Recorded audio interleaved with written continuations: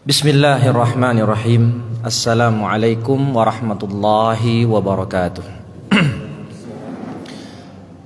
Alhamdulillahi wa kafa, wassalatu wassalamu ala nabiyil mustafa alladzi la yantiqu 'anil hawa in huwa illa wahyun yuha wa ala alihi ahli sidqi wal wafa, amma ba'd.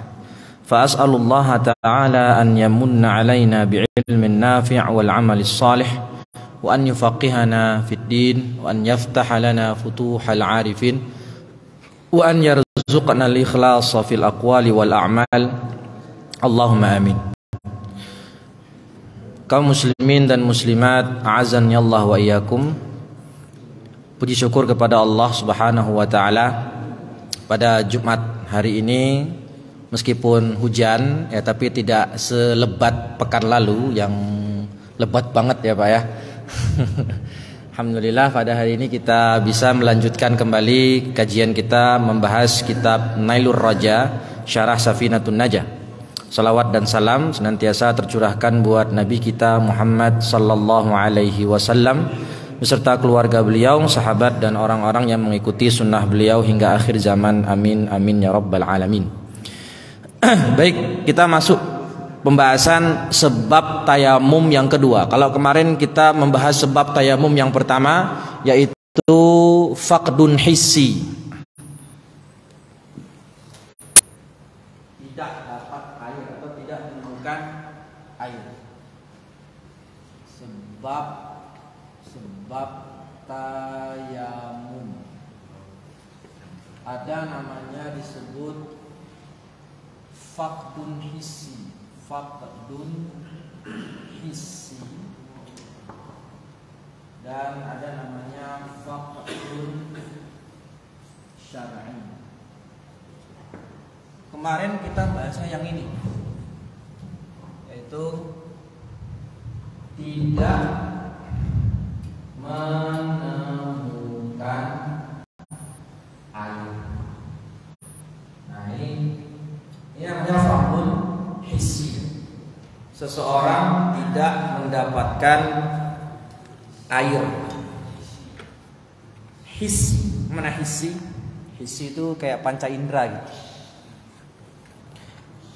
Nah, yang sekarang kita bahas adalah faqdun syar'i. Apa maksudnya faqdun syar'i?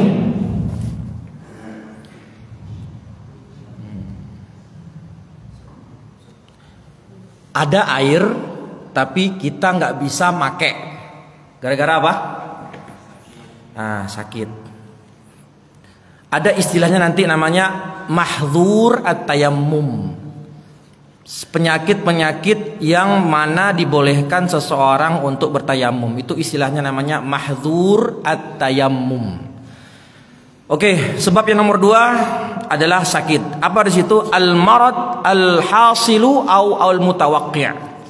Sakit yang telah terjadi, yang sudah terjadi atau yang diprediksi akan terjadi. Nah, al-mutawaqqa'. Fayatayammamul muhditsu wal junub idza khafa min isti'malil ma' ala nafsin. Maka boleh orang yang berhadas kecil atau yang junub untuk bertayamum jika khawatir terhadap jiwanya. Kalau dia pakai air bisa meninggal dunia. Kayak kasus sahabat di zaman Nabi itu kan, yang namanya Ubay bin Ka'ab atau Amr bin As, saya lupa itu yang pernah saya ceritakan. Dia jadi pemimpin tentara, pagi-pagi junub, mau mimpin sholat. Lalu dia bertayamum jadi imam. Lalu setelah selesai perang diceritakan ke Nabi, ini sahabat ini jadi imam tapi dalam kondisi junub karena tayamum. Nabi bilang, kenapa engkau sholat menjadi imam dan engkau junub?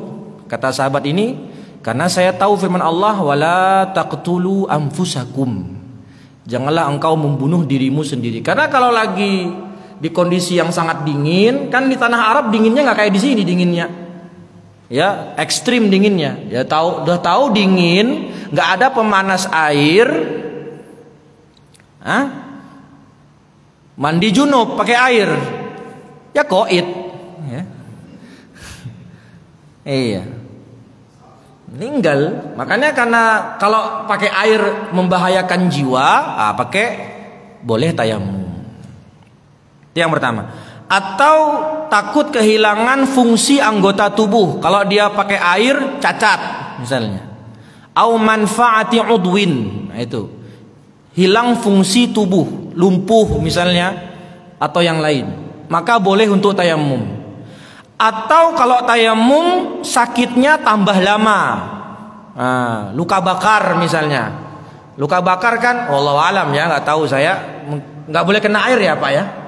Nggak boleh kena air luka bakar. Kalau pakai air juga, maka nanti sembuhnya bisa lama atau tambah parah. Nah itu.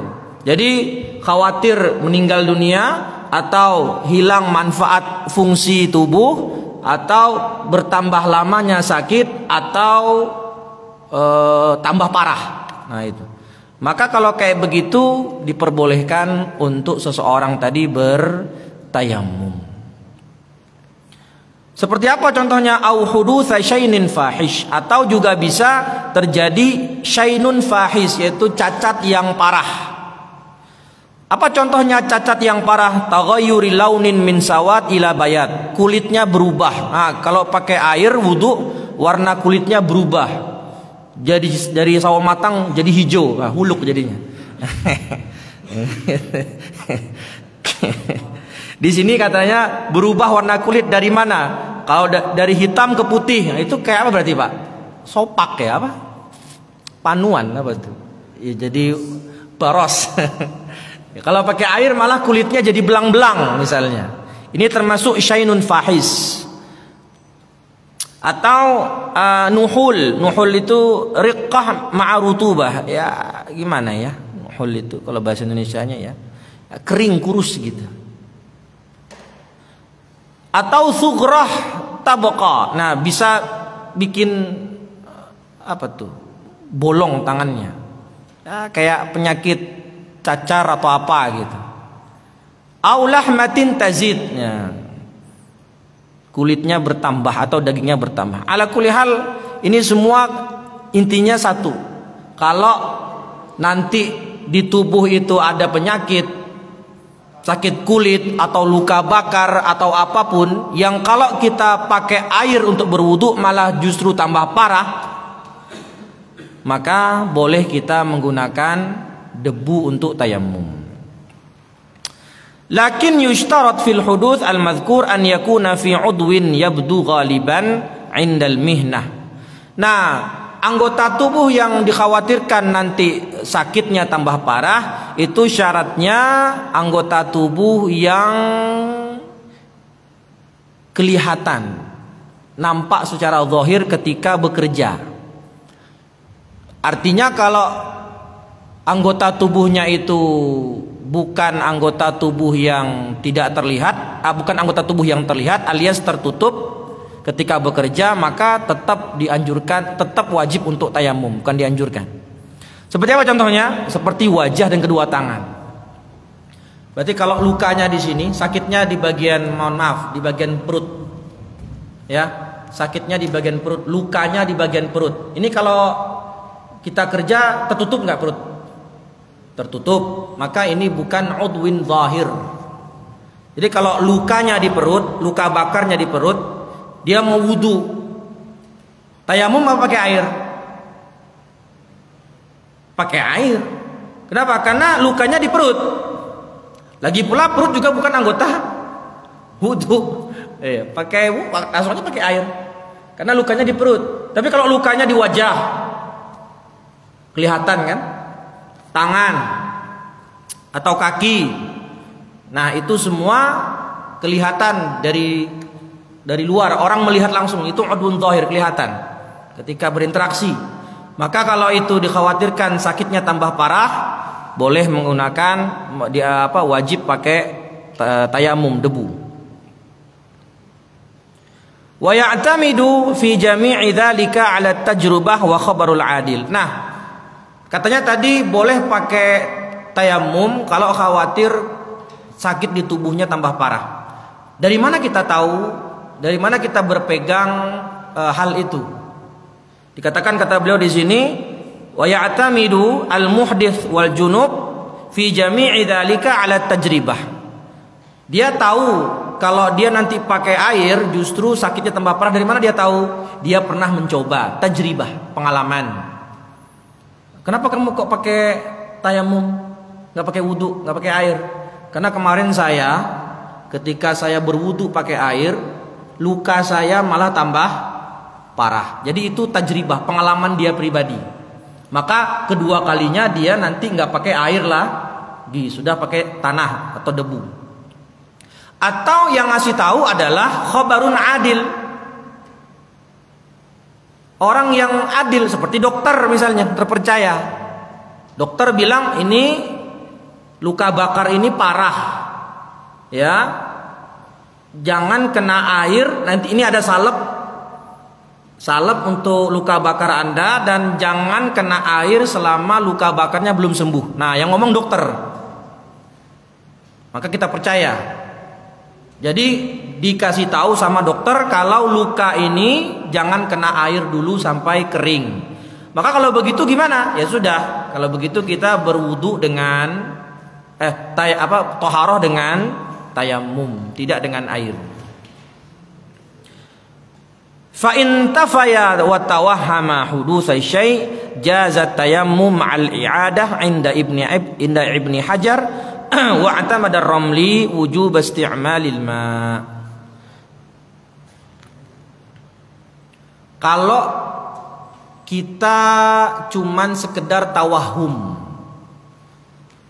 Apa itu tawahum? Tawahum itu kalau dalam usul fikih termasuk maratibul idrak. Jadi ada namanya gini Pak, ada namanya yakin. Yakin itu berarti 100% yakin. Ada namanya dhon. Dhon itu dari 51% sampai 99%. Kalau bahasa Indonesia ada kemungkinan kuat itu dhon. Ya, ada yang namanya wahm. Wahm itu di bawah dhon. Persentasenya berarti dari 1% sampai 50%. Dhon itu dari 50% sampai 99%. Lupa. Habis dhon syak dulu. 51 sampai 99. Nah, ada namanya syak, ragu-ragu. Itu 50%.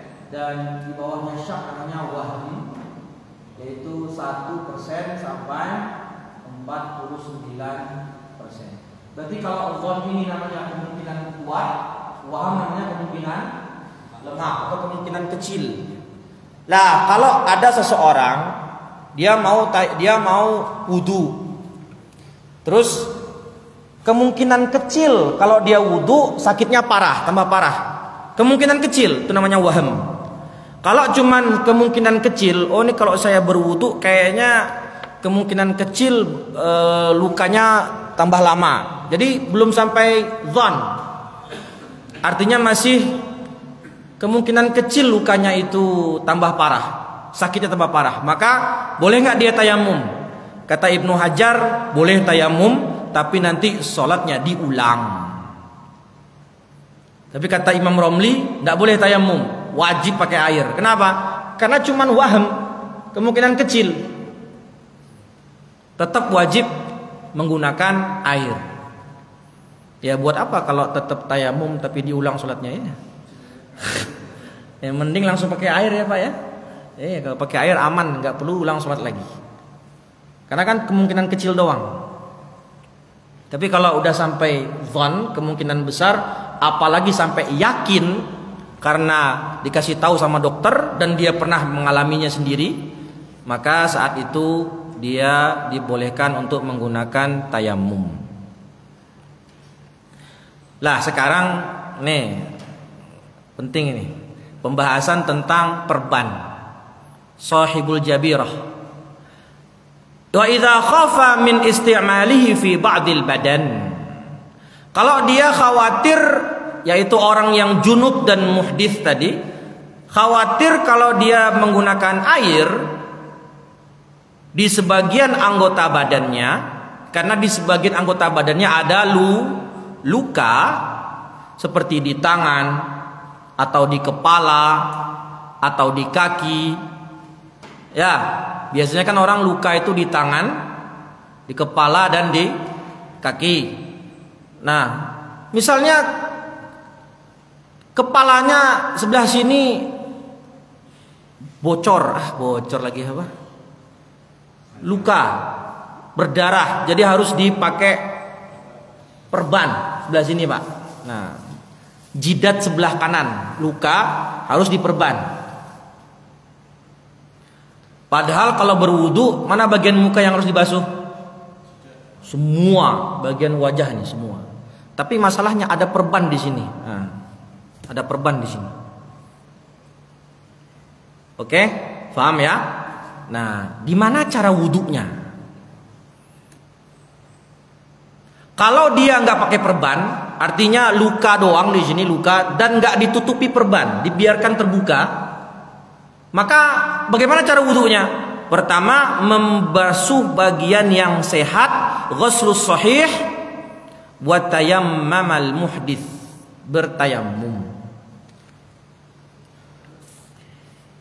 Di sini luka, tidak boleh kena air. Gimana dia wudunya? Ya, kena nggak apa-apa, karena lagi luka. Basuh yang sehat 3 kali. Habis itu ngapain? Tayamum. Sekarang tayamum.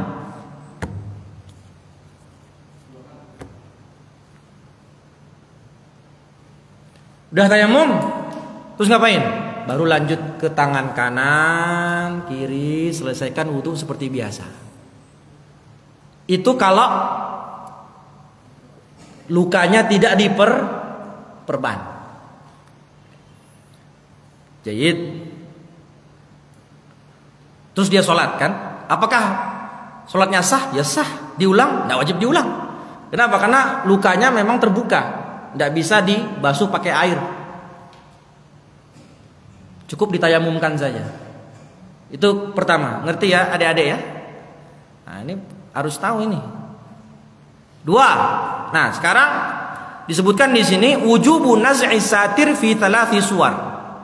Kalau dia diperban, lukanya diperban, dikasih hansaplas atau apalah itu, kapas atau apa, wajib dia lepas dalam 3 keadaan. Wajib dia copot perban tadi dalam 3 keadaan. Pertama, an yumkina ghuslu maudhi'il illah bil ma'. Nah, kalau bagian yang luka tadi bisa dibasuh pakai air. Bisa, tidak membuat tambah parah. Artinya mungkin dibasuh pakai air, mungkin. Jadi wajib dilepas. Kalau mungkin. Artinya perbannya bisa wajib dilepas dan lukanya dibasuh pakai air, kena. Kalau memungkinkan. Lah, kalau tidak memungkinkan, perbannya tadi menutup luka dan menutup bahagian yang sehat. Lukanya cuma 5 cm, tebal ya 5 cm ya. Lukanya 5 cm, tapi perbannya 8 cm. Jadi ada bagian tubuh yang sehat tertutup perban. Wajib dilepas dan dibasuh bagian yang sehat saja. Taib, kalau bisa dilepas. Yang ketiga, an yakuna satir bi maudhi'it tayammum. Nah, perbannya itu di anggota tayammum. Anggota tayammum ada berapa? 2. Wajah dan kedua tangan. Kalau anggota tayamumnya kalau perbannya di anggota tayamum, maka wajib dilepas. Dan wa yumkin mashu ma tahtahu biturab, dilepas dan disucikan dengan cara ditayamumkan, tidak dengan air. Wal imkanu alla yakhafa mahdzuran mimma mar fa in khafa lam yajib an-naz'. Jadi mungkin tadi kalau ya memang bisa dicopot, mungkin untuk dicopot. Tapi kalau kayak orang patah tangan itu, yang di gips itu mungkin nggak dilepas, nggak mungkin. Kalau yang masih perban di kepala di sini mungkin masih ada bisa dilepas. Tapi kalaupun di kepala ini lukanya parah, kalau dilepas tambah parah atau dikenain air tambah parah, nggak mungkin dilepas. Jangan dilepas. Jadi tadi dilepas kalau memungkinkan. Tapi kalau tidak memungkinkan dan justru malah menambah parah lukanya, maka tidak wajib dilepas. Lah, kalau perbannya tadi tidak wajib dilepas, lalu bagaimana wudunya? Kalau yang pertama tadi kan nggak pakai perban, luka, maka wudhu sebagaimana biasa, basuh wajah yang sehat, kemudian tayamum. Sebelum membasuh tangan, tayamum dulu sekali. Setelah itu lanjutkan membasuh tangan kanan, tangan kiri, dan mengusap kepala sampai kaki. Itu kalau nggak pakai perban. Sekarang kalau pakai perban, nggak bisa dilepas. Maka bagaimana di sini? Suwaru i'adatis shalah wa adamiha fis satir. Kalau dia tetap pakai perban, maka kewajibannya 3. 1, membasuh anggota tubuh yang sehat. Yang kedua, mengusap perban. Yang ketiga, dia bertayamum. Nah, ini harus digambar ini.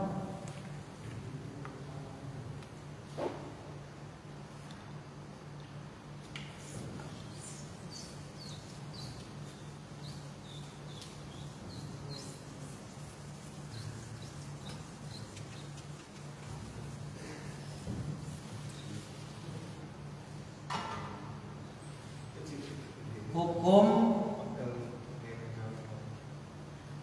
mengusap perban. Kondisi yang pertama, ya. Kalau tadi kan kalau nggak pakai perban itu cukup dengan dibasuh yang sehat dan tayamum. Nah, kalau sekarang pakai perban. Pakai perban pertama, perbannya di anggota tayamum. Perbannya di anggota tayamum, di wajah dan tangan.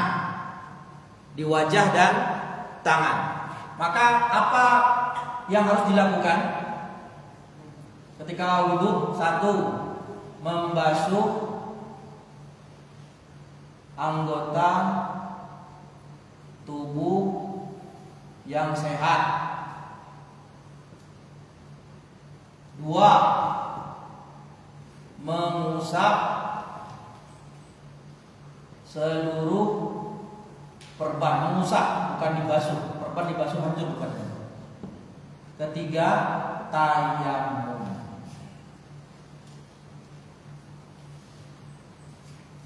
Oke, saya contohkan di sini, di jidat saya ada perban. Saya wudhu, basuh wajah yang sehat 3 kali. Kemudian perban saya basahkan tangan, kemudian saya usap perban sekali aja. Dan semua perban harus kena diusap.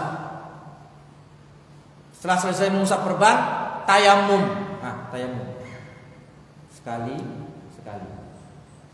Setelah tayamum, lanjutkan wudhu sebagaimana biasa, basuh tangan kanan, basuh tangan kiri, usap kepala dan kaki.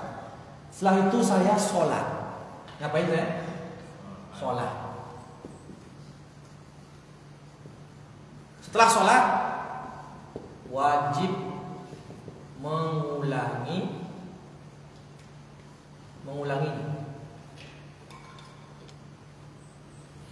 Kalau saya sholat dengan perban selama seminggu, maka nanti setelah sembuh luka saya wajib mengulang sholat saya selama seminggu kemarin. Nah, repot ya. Ini kalau perbannya di anggota tayamum, di wajah atau di kedua tangan. Contoh lain, luka di sini luka nih. Nah, luka di sini diperban dari pergelangan tangan sampai siku, diperban, luka bakar. Mau wudu gimana? Ya sudah, wudu biasa, kumur-kumur, cuci, masukin air ke hidung, kemudian basuh wajah 3 kali. Ketika sampai ke sini gimana? Cuci tangan yang sehat 3 kali, terus basahkan tangan, usap perban sekali, semua perban. Setelah diusap perban, jangan pindah dulu ke tangan kiri, tayamum sekali. Habis tayamum, terusin wudu ke tangan kiri, kemudian mengusap kepala dan kaki. Selesai, alhamdulillah, saya sudah suci, sholat, Allahu Akbar. Saya pakai perban 5 hari, hari ke-6 sembuh, lepas. Maka saya wajib mengulang semua sholat yang 5 hari kemarin. Mantap ya Pak? 5 hari kali 5 berapa? 25 sholat. Itu kalau 5 hari. Kalau pakai perbannya sebulan, lebih lama lagi. Ini pendapat resmi mazhab Syafi'i. Santai dulu, gak usah paling dulu. Karena nanti di sana ada pendapat yang bukan mu'tamad. Lah, sekarang yang kedua, perbannya bukan di anggota tayamum. Di mana perbannya berarti? Kalau bukan anggota tayamum, seperti di kaki. Kalau perbannya di kepala itu gimana? Di sini. Kepala bagian kanan luka di perban. Kalau mau wudu gimana kalau mau wudu? Adik-adik, kepalanya luka sebelah sini, sebelah kanan, di perban, sebelah kanan. Yang kiri enggak.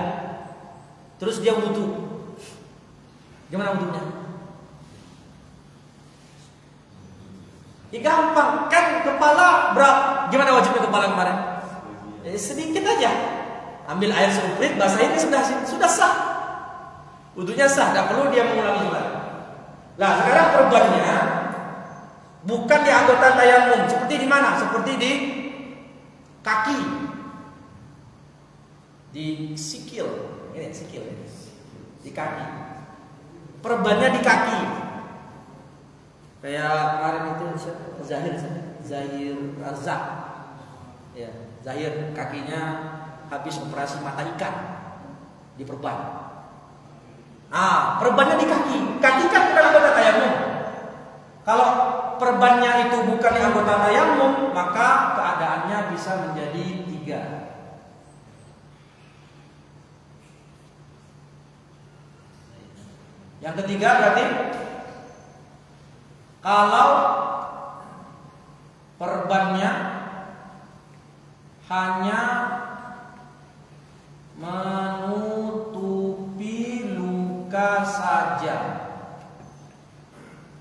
tidak mengambil bagian yang sehat sedikit pun. Jadi perbannya hanya pas di bagian yang luka aja. Maka kalau begitu dia tidak wajib mengulang sholat.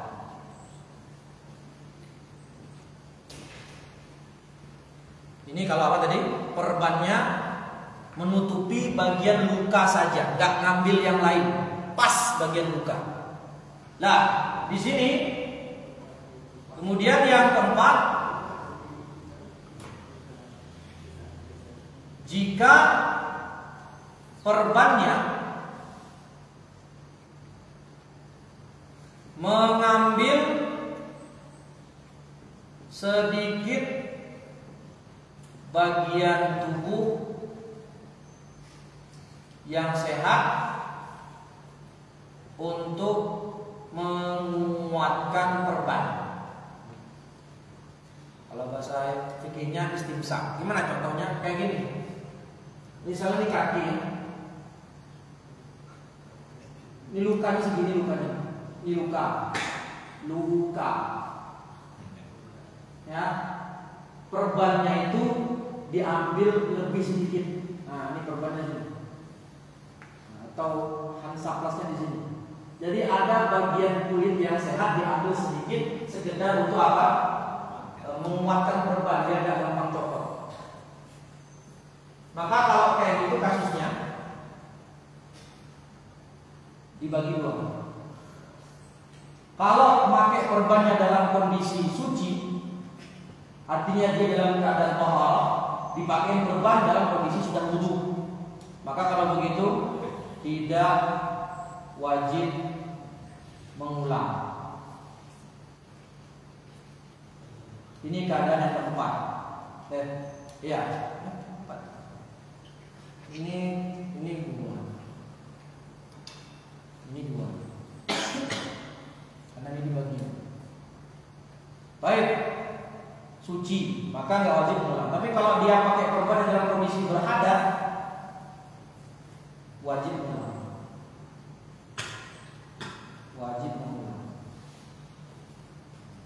Lah, yang ini keadaan ketiga, ini keempat. Sekarang keadaan yang kelima, terakhir, jika perbannya mengambil bagian tubuh yang sehat berlebihan. Kalau tadi kan cuma sekedar sedikit ya. Kalau ini nomor 5 ini gini. Oh, dia harus gini. Oh, gini. Jadi mengambil bagian yang luka itu, bagian yang sembuh itu sangat banyak.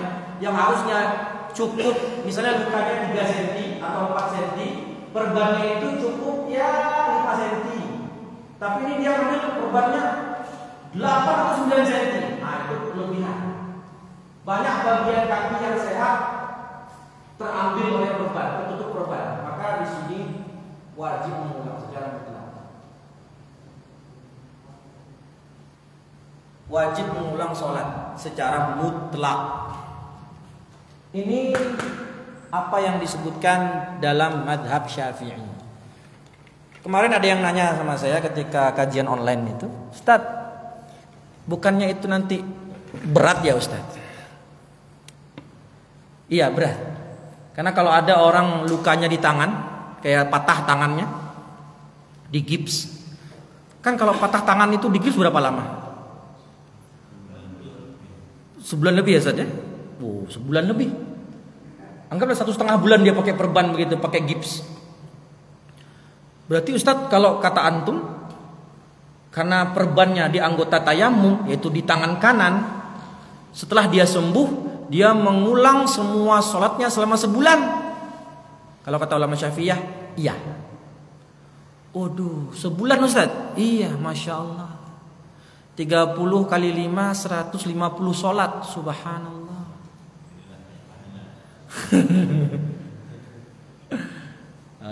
Itu gimana Ustaz? Itu berat, masyaqqah. Ya berat. Tapi ternyata ada pendapat dari kalangan ulama Syafi'iyah sendiri, yaitu diantaranya Imam Al-Muzani mengatakan semua keadaan itu, 5 keadaan tadi, baik yang nomor 1, 2, 3, 4, 5, semuanya kalau harus berwudu dengan menggunakan perban, tidak ada yang wajib diulang. Artinya sah tanpa mengulang. Alhamdulillah. Di sini kita pahami hikmah perbedaan ulama. Bahkan ini perbedaan dalam madhab, belum keluar madhab. Ini pendapat mu'tamad, ini pendapat resmi madhab Syafi'i. Saya harus jelaskan, karena kita bicara madhab Syafi'i, maka kita sebutkan pendapat resmi madhab Syafi'i itu begini. Tapi apakah harus begitu saklek? Kalau kayak gini kan nanti repot, masyaqqah, ya. Allah itu menyukai kemudahan bagi hambanya, tidak mempersulit.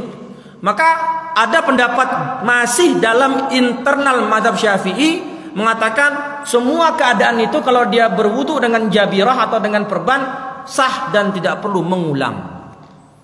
Maka itulah hikmah di antara perbedaan ulama itu membuat kita membuat kita banyak pilihan selama tidak tatabu' rukhas, selama tidak mengambil pilihan, memilih pendapat yang sesuka hatinya saja. Itu hikmahnya perbedaan pendapat di kalangan ulama. Justru mempermudah kita, bukan bingung. Ya, karena sebagian orang ketika belajar fikih itu, Ustaz, saya tuh pusing belajar fikih, Ustaz. Kenapa? Karena kata ulama ini boleh, yang ini nggak boleh. Yang ini halal, ini haram. Gimana? Pusing katanya. Padahal Qur'annya satu, hadisnya satu, nabinya satu, tapi kok banyak khilaf.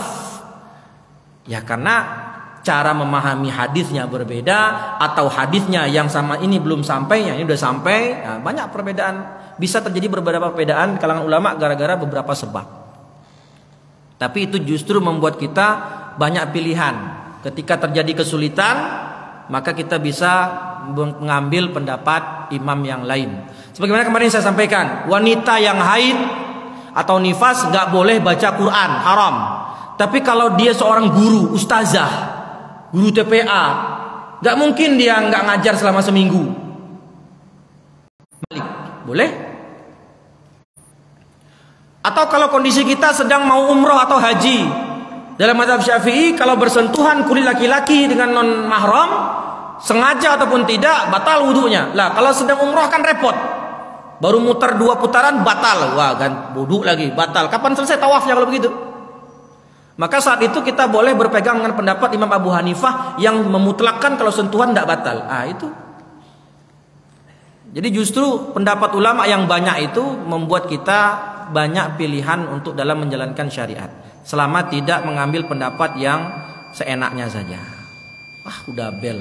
Tadi saya dipesan sama Ustaz Masna, kalau ada yang mau tanya jawab silakan. Monggo Pak, ada yang mau tanya Pak? Nggih Pak. Waalaikumsalam warahmatullahi wabarakatuh. Nggih.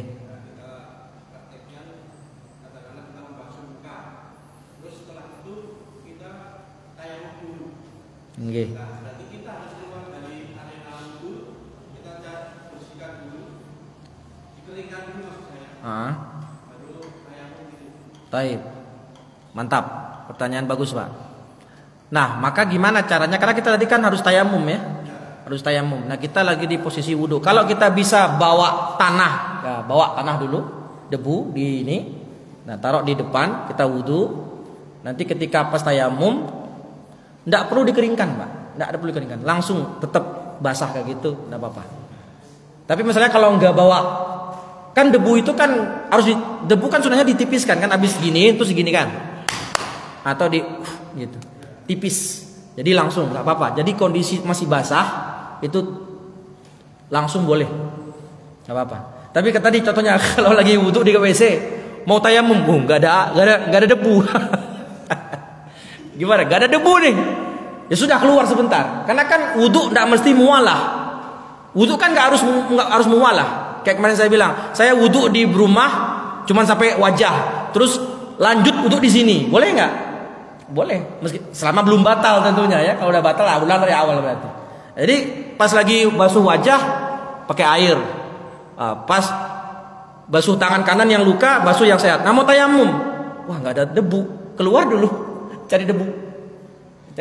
Nah, tepuk.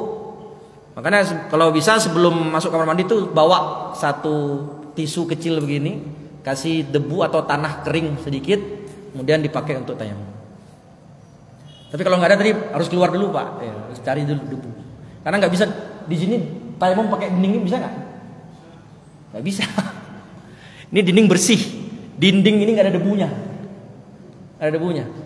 Debu itu bisa ada kalau di buku, lemari buku itu Pak, lemari buku itu kalau nggak dibersihkan selama sebulan atau seminggu, ada debu nggak itu? Bisa tayamum di situ, pakai debu itu. Tapi kalau dinding ini bersih, masya Allah, atau di sini bersih, nggak ada debunya.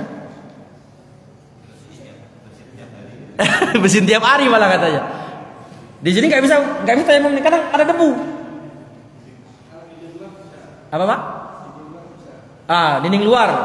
Udah seminggu nggak dibersihin, debu bisa. Kalau dibersihin tiap hari nggak bisa, karena bersih. Paham ya? Gitu Pak. Siap.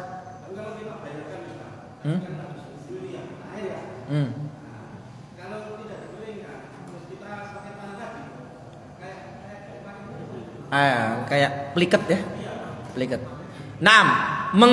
Kalau tadi saya bilang nggak harus dikeringkan, nggak harus. Tapi kalau mau dikeringkan boleh, karena kita wudhu sekalipun, wudhu sehat biasa, wudhu seperti biasa, apa hukumnya mengeringkan badan? Hukum asalnya makruh karena menghilangkan bekas wudhu. Tapi kalau ada kebutuhan dingin, cuaca dingin wudhu, kan dingin tuh. Kalau tetap nggak dikeringin kan menggigil di sholat. Itu nggak makruh lagi, boleh. Ya, kalau ada hajat perlu dikeringkan maka tidak makruh, boleh. Nah sama kayak tadi Pak, betul. Kalau lagi basah terus pakai debu pelikat Ustaz, itu keringkan saja, tidak apa-apa. Mubah hukumnya, tidak makruh lagi. Gitu Pak ya? Sip, alhamdulillah. Ada lagi Pak dari sisi kiri. Sisi kanan udah tadi. Ada yang mau tanya enggak? Ini paham enggak dulu? Paham enggak? Nah, ini ya pembahasan tentang mengusap perban. Maka bagi dokter itu harus tahu tuh. Kalau dokter nanti kamu kakinya luka, ke dokter bilang sama dokternya, "Dok, tolong lukanya diperban hanya sekedar untuk menutupi luka atau sedikit, lebih nggak apa-apa. Jangan lebay." Ya. Tapi kalau harus banyak, karena kan perban itu ada yang cuma nempel, ada yang begini kan, ada yang apa? Dibalut gitu.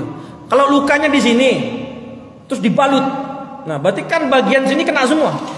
Aduh, harus diikat Ustaz, harus diikat. Iya, kalau nggak diikat nggak bisa sembuh. Ya sudah, kita bisa pakai pendapat di dalam mazhab Syafi'i tadi apa? Tidak perlu mengulang sholatnya sama sekali. Walhamdulillahirabbil alamin. Baik, mungkin cukup sekian yang bisa kita bahas. Semoga bermanfaat. Insyaallah kita lanjutkan pekan depan permasalahan yang berikutnya, ya, yaitu siapa yang disebut sebagai al-hayawan muhtaram. Wallahu a'lam bissawab. Subhanakallahumma wa bihamdika asyhadu an la ilaha illa anta astaghfiruka wa atubu ilaih. Assalamualaikum warahmatullahi wabarakatuh.